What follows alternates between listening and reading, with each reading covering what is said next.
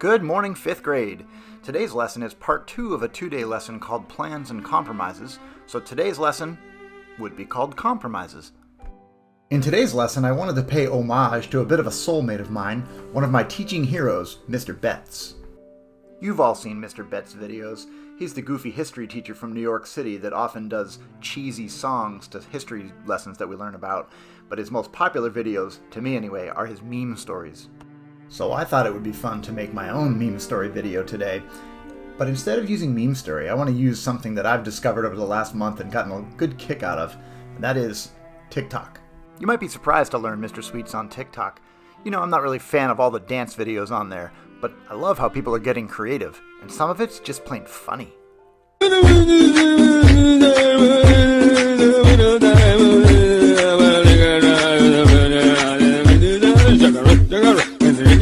So today's lesson will be interspersed with some of Mr. Sweet's most favorite recent TikTok videos.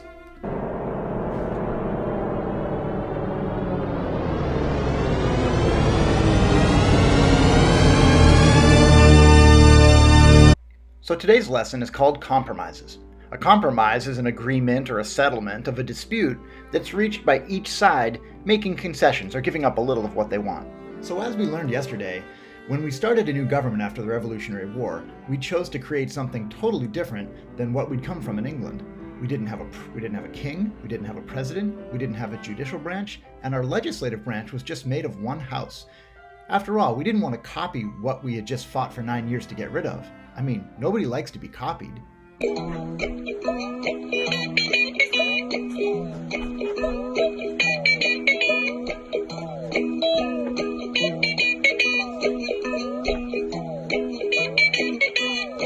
Oh, there were all kinds of ideas that were floated around about how our government should look. Some people wanted to do something completely new, to branch out on our own and do something unique. We can take the proper precautions to protect our first responders. I don't know those addresses. While others felt like maybe it was better instead to take some of what was good about the English form of government, but give it a new twist. In other words, take the old and make it fit with the new.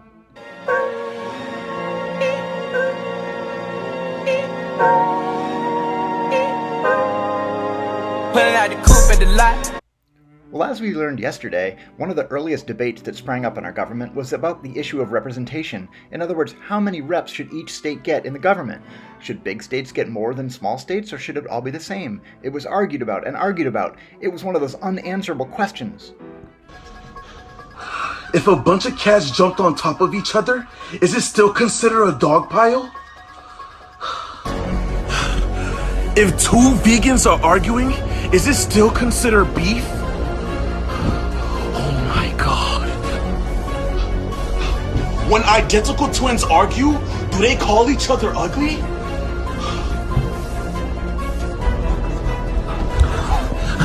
If tomatoes are considered a fruit, isn't ketchup a smoothie? Oh my God. Well, as you recall, one of the first suggestions for how to solve this debate was called the New Jersey Plan, and it said that every state should have the same amount of representatives in government. That way, big states like New York and Virginia would be on equal footing with small states like Rhode Island and Delaware. Some representatives applauded that idea, but representatives from larger states like Virginia stood up and said, "Hold on, New Jersey. Actually, that's not smart at all. In fact, that's just dumb." If you dig a 6-foot hole, how deep is that hole? It's about like 20 feet. 1 minus 1 equals. It goes 35. Instead, those folks from Virginia offered their own plan, which said that the number of representatives in government should be based on how many people live in that state. So larger states with more people should have more representatives. Of course, this favored large states like Virginia and Pennsylvania, New York, and Massachusetts. This debate went on for quite a while. Both sides seemed to get angrier and angrier as the argument progressed, so angry that they might even do something mean to each other.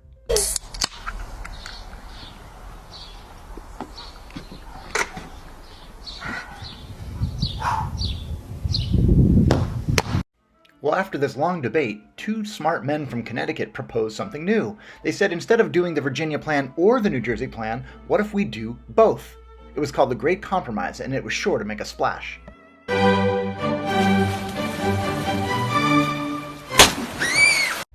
The suggestion was that maybe instead of one house for our legislative branch, there should be two. That's one of the reasons why our Capitol building today has two symmetrical sides, one for each house. One side of that legislative branch would be where the New Jersey plan would be acted out, in the form of a Senate. And a Senate would be a law-making group of people made up of equal representatives from each state.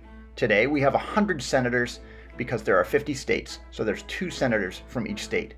The other side of the legislative branch would be where the Virginia plan was acted out, in the form of a House of Representatives. That would be a lawmaking group of people that were made of representatives based on the population of their state. So bigger states would have more representatives in the House of Representatives. This seemed like a plan that was good for both sides. I mean, there was no way it could fail. It would help them get over the top of this argument. This made me feel like I would never try again, but when I saw you, I felt something I never felt. So this map might help you make sense of it. This is a map that shows how many representatives each state gets to send to our government to be part of the House of Representatives. The Virginia plan. Big states like California have 53 representatives. Texas has 36. New York is third with 24, I believe, or 27 now. Same with Florida.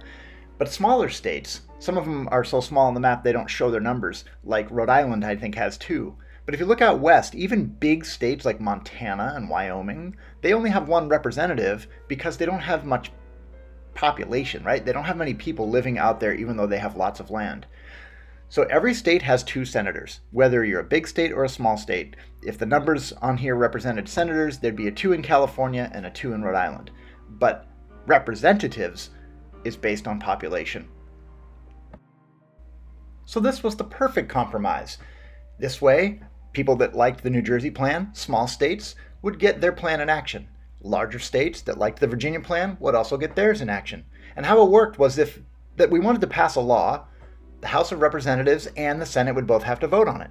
Therefore, equal representation would be voting on it, and population would be voting on it. And if both houses agreed and voted on a bill to become a law, then it would pass on to the president for approval or for his veto. The Great Compromise was amazing. It was like in one fell swoop, they wiped away all the arguments and made both sides happy. It was like a magic trick. Hey,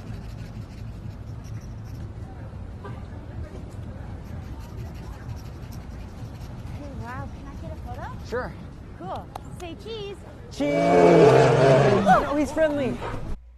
Well, if part of the government was going to be chosen by the population, it seemed like a good idea to count our population. So in 1790, we had our first census. A census is a population count. And in 1790, the first census was recorded, and we found that the United States had about 4 million people. The largest cities, probably not many surprises, were New York, Philadelphia, Boston, Charleston, and Baltimore.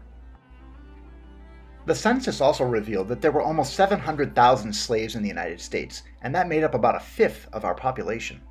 If you look at this map here over my shoulder, you can see the census results on a map. And it shows the darker red or orange areas are where the population was more heavy. So by reading this map, we can tell that most of the population was in the north or northeastern states. However, when the numbers came in from the south, something seemed fishy.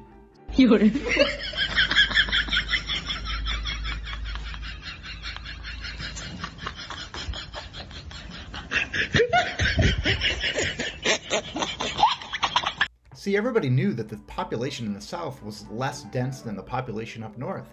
I mean, the South had all these plantations and lots of land spread out. There simply weren't that many people in the South. But the numbers that were reported from the census showed some big populations in the southern states. It was like they were playing some sort of cruel joke on us.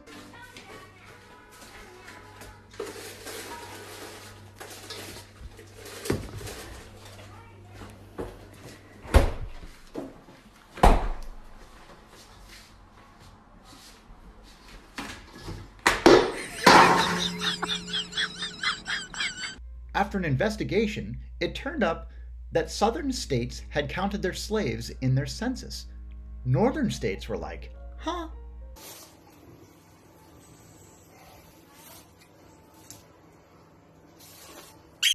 And now a whole nother debate sprung up. Should you be allowed to count slaves in your population count? If you look at this map on the screen, it shows where the population of slaves was mostly, and although there are a few pockets in the north, the vast majority of slaves in the dark blue areas were in the south. To northern states, this was absurd. Southern states were treating slaves like they were less than human.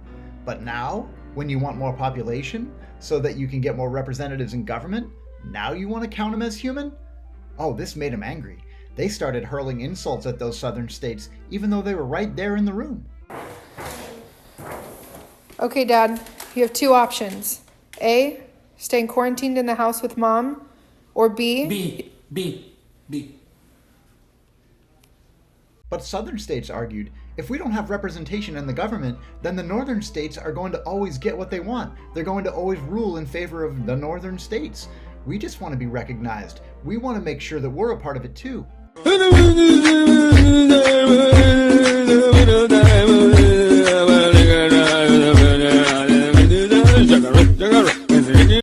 Well, after another lengthy debate on this issue, they finally came to a compromise, and it was decided that every state could count 3/5 of their slaves in the census.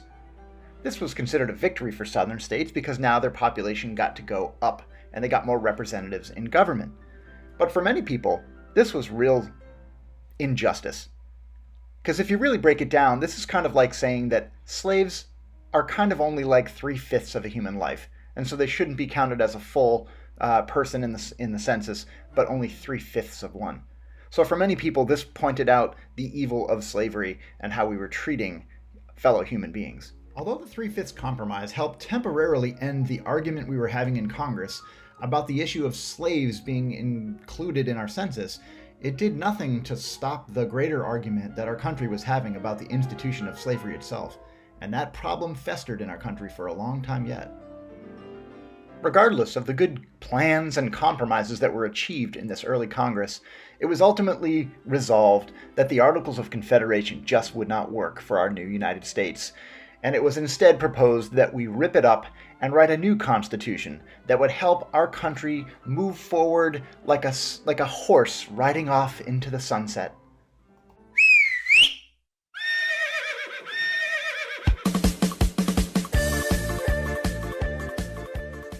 That's it for today, 5th grade. Tune in tomorrow when we learn more about the Constitutional Convention.